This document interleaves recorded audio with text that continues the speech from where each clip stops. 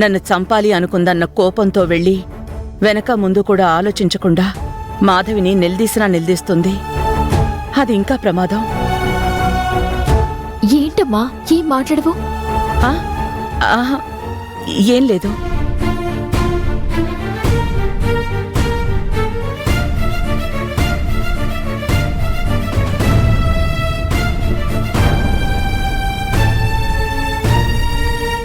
శ్రావ్య నుంచి సమస్య లేకుండా ఇప్పుడు నేనున్న పరిస్థితుల్లో జ్యోతికి నేనే ఏదైనా సలహా ఇవ్వాలి. శ్రావ్య నా కూతురన్న విషయం కూడా టైం చూసుకుని చెప్పడమే మంచిది. అమ్మా అమ్మా,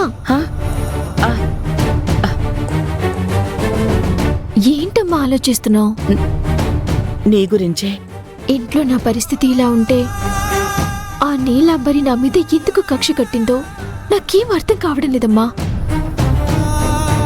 నన్ను ఏదో ఒక రూపంలో ఇబ్బంది పెట్టడానికి ప్రయత్నం చేస్తూనే ఉంది. నన్నే కాదు, నిన్ను కూడా అలాగే టెన్షన్ పెడుతుంది. నువ్వు జాగ్రత్తగా ఉండమ్మా.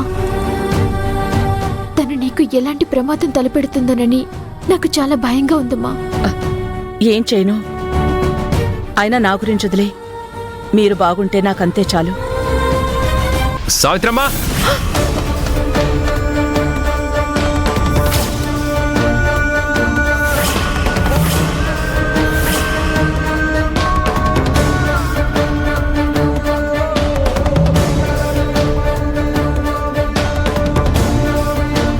ఏంటి జ్యోతి, ఏదో బాగుండాలంటున్నావు?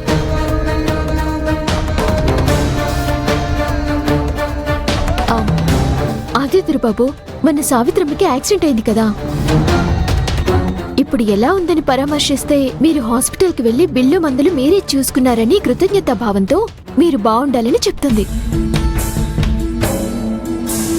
సావిత్రమ్మ చాలా మంచి మనిషి జ్యోతి. ఆఫీసులో అందరినీ ఒక తల్లిలా పలకరిస్తుంది.